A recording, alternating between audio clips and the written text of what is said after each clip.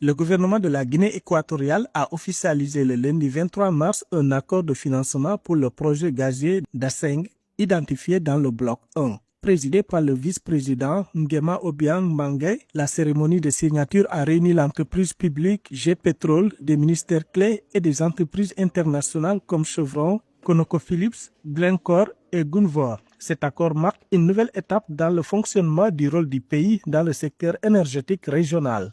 L'élément central de l'accord est l'augmentation de la participation de la compagnie nationale G-Pétrole dans le projet, passant de 5% à 39,55%. Cette hausse significative illustre l'engagement du gouvernement à accroître sa mainmise sur l'exploitation de ses ressources naturelles.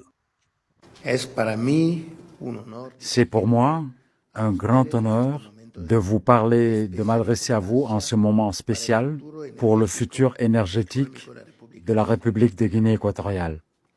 Permettez-moi de reconnaître la vision spécifique de son Excellence le Président Obiang Nguema Bazogo, dont la vision a permis de consolider la Guinée équatoriale comme une société fiable avec un destin compétitif pour la destinée de la Guinée équatoriale, pour la transition énergétique.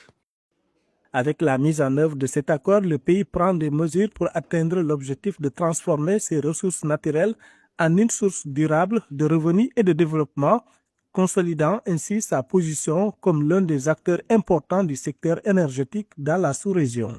Parce que toute la zone du golfe de Guinée est truffée de ressources gazières. Et l'important n'est pas d'être doté de ressources gazières, l'important est d'optimiser l'appropriation de cette énergie additionnelle, utile et importante.